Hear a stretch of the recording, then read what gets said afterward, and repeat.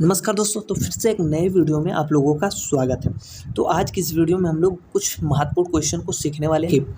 यहाँ पर दिया है कि सभी विषम अभाज्य संख्याओं के गुणनफल का इकाई अंक क्या हो। तो देखिए, सभी विषम अभाज्य संख्या अर्थात दो जो है एक सम अभाज्य संख्या, तो दो को छोड़ के विषम को लेना है। जैसे 3, 5, 7, 11, 13, 17 इस प्रकार से 19, और इनका क्या है गुणनफल बोला है। तो सभी विषम अभाज्य संख्याओं के गुणनफल का इकाई का अंक क्या होगा। तो क्या है, जितने भी हम लेके जाएंगे सभी अभाज्य संख्या लेंगे तो सम संख्या तो आ ही नहीं सकता, चाहे जहाँ तक हम गुणा कर दें सम संख्या आ ही नहीं सकता। अगर एक भी सम संख्या आ जाता, अगर हम 5 से उसका गुणा करते तो कितना हो जाता, तुरंत वो क्या हो जाता, 0 हो जाता, अर्थात इकाई अंक 0 बन जाता। लेकिन ऐसा हो नहीं सकता क्योंकि इसमें एक भी सम संख्या नहीं मिलेगा, आप चाहे 1000 तक चले जाइए। तो इसलिए ऐसे में इकाई अंक क्या होगा, 5 होगा। क्या होगा, 5 होगा, क्योंकि आप किसी भी संख्या का जब 5 से गुणा करेंगे तो लास्ट में 5 ही आएगा।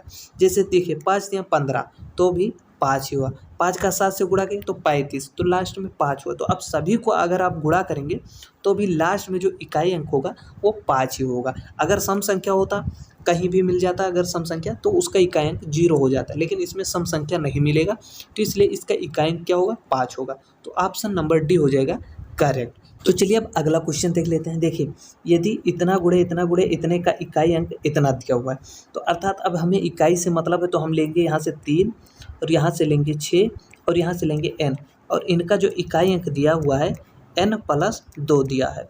तो अब देखिए n का मान जो यहाँ लेंगे वही यहाँ लेना पड़ेगा, और दोनों क्या होगा, बराबर होना चाहिए। अर्थात इकाई अंक 8 आया तो यहाँ भी 8 होना चाहिए।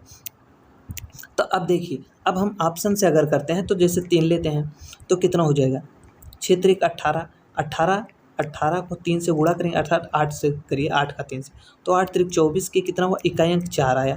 तो अब देखिए n का मान अगर हम यहाँ 3 लिखते हैं तो 3 2 5 होगा, कितना हो जाएगा, 3+2 करेंगे तो कितना होगा, 5 होगा। तो ये नहीं हो सकता क्योंकि यहाँ 4 आ रहा है, यहाँ 5 आ रहा है, तो ये तो हम ले नहीं सकते। अगर n का मान हम यहाँ से लेते हैं 5 लेते हैं तो 6 त्रिक 18, तो 8 का 5 से गुणा करेंगे तो 40, इकाई अंक कितना आ रहा है, 0 आ रहा है। तो अगर हम यहाँ 5 लेते हैं तो 5 2 7 हो जाएगा, तो इकाई अंक क्या आएगा, 7 आएगा, यहाँ 0 आएगा, जो कि दोनों बराबर हो आना चाहिए, तो ये भी नहीं ले सकते हैं। उसके बाद देख लीजिए, अगर हम 6 लेते हैं, कितना 6 लेते हैं, तो देखिए 6 त्रिक 18, अब 6 से गुणा करेंगे 8 का 6 से तो 48 होगा, 48 के इकाई का अंक कितना होगा, 8 होगा। अब यहाँ n का मान अगर हम 6 लेते हैं और 2 जोड़ते हैं तो यहाँ पर भी इकाई का अंक कितना होगा, 8, अर्थात बराबर हो गया। तो अर्थात हमें क्या लेना पड़ेगा, 6 लेना पड़ेगा। n का मान 6 लेंगे तो हमारा इकाई का अंक 8 निकल कर आ जाएगा। तो बस ऐसे क्वेश्चन को आप इस प्रकार से कर लीजिएगा, सीजीएल में पूछा हुआ क्वेश्चन है। चलिए आगे देखते हैं। देखिए, एक क्वेश्चन दिया हुआ है, एक वस्तु का अंकित मूल्य 800 है, एक फुटकर विक्रेता 2 क्रमिक छूट प्राप्त करने के बाद 540 में खरीदता है। पहली छूट 25% है, तो दूसरी छूट क्या होगी।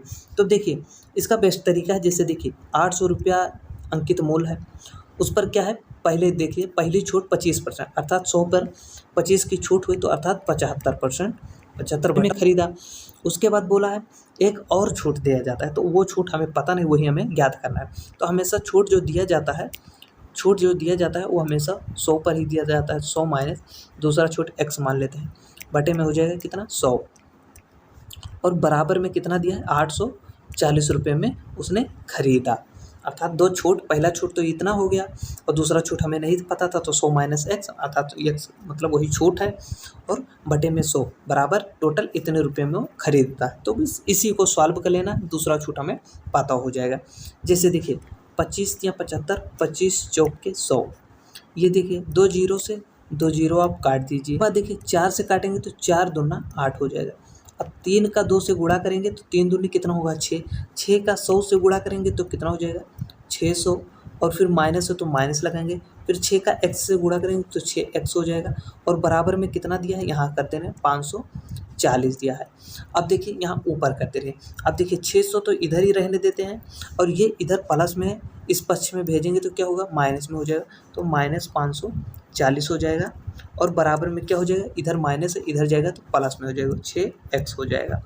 अब देखिए 600 में से 540 घटाएंगे तो कितना हो जाएगा, 60, कितना बचेगा, 60 बचेगा, और इधर कितना है, 6x। अब 6 से काटेंगे तो कितना हो जाएगा, 10, अर्थात दूसरा जो हमारा छूट है 10% का होगा। ऑप्शन नंबर डी हो जाएगा हमारा करेक्ट। तो देखिए अगला क्वेश्चन, राम और श्याम मिलकर एक छोटे व्यवसाय की शुरुआत करने के लिए 15,000 रुपये निवेश करते हैं। अर्थात ये देखिए कि दोनों मिलकर, राम यहाँ आर लिख दे रहे हैं और यहाँ श्याम, ये दोनों मिलकर कितना 15,000 रुपये किसी व्यवसाय में लगा दिए। वर्ष के अंत में 2,000 रुपये का इन्हें लाभ हुआ। अर्थात इन व्यवसाय से उन्हें 2,000 लाभ हुआ। उसमें से श्याम को कितना है, श्याम को 600 रुपया मिला। इस 2,000 लाभ में से श्याम को 600 मिला, तो राम को कितना मिला होगा? सिंपल सी बात है, 2,000 में से 600 घटाएंगे तो कितना बचेगा? 1,400। अर्थात 1,400 जो लाभ हुआ वो राम को हुआ। अब इनका अनुपात निकाल लेते हैं। जैसे 2 जीरो से 2 जीरो काट दिए, ये 6:14 में हो गए। अब देखिए जो इनका क्या होता है, निवेश होता है, अगर समय समान होता तो वही उनका लाभ होता है। तो अर्थात यही इनका निवेश भी राशि हो गया। क्या निवेश राशि क्या हो गया? 6 और 14। तो अब यहाँ पर निवेश राशि इतना है, अनुपात में कितना है? 14/20। बस यही हमें निकालना था। उसके बाद बोला क्या है, राम का निवेश राशि कितना है। तो राम का निवेश राशि कितना है, यहाँ पर देखिए 14, अनुपात में कितना है? 14। क्योंकि यहाँ पर देखिए समय अगर समान रहता तो जितना वो निवेश करते हैं उतना ही उन्हें लाभ मिलता है। तो बस यही हो गया। अब इसी को सॉल्व कर लेना है। जैसे देखिए 1 जीरो से 1 जीरो कट गया, 2 से काटेंगे तो ये कितना हो जाएगा? 7 हो जाएगा। 15 सत्ते 105 हो जाएगा। कितना हो जाएगा? 105 हो जाएगा। यहाँ पर 2 जीरो बचा है, 2 जीरो हम लिख देंगे तो कितना हो जाएगा? 10,000। ऑप्शन नंबर बी हो जाएगा हमारा करेक्ट।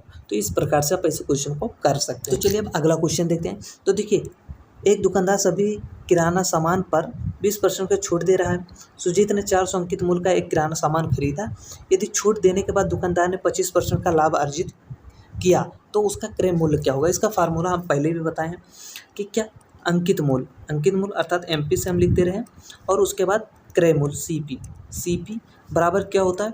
जो लाभ होता है, लाभ कितने पर होता है? हमेशा 100% पर होता है। तो ये कितना हो जाएगा? 25% का लाभ हो रहा है तो ये हो जाएगा 125 और 20% का छूट दे रहा है तो अंकित मूल्य पर 20% का छूट दे रहा है अर्थात ये हो जाएगा 80। और यहाँ पर देखिए अंकित मूल्य हमें दिया भी है, कितना दिया है? 400।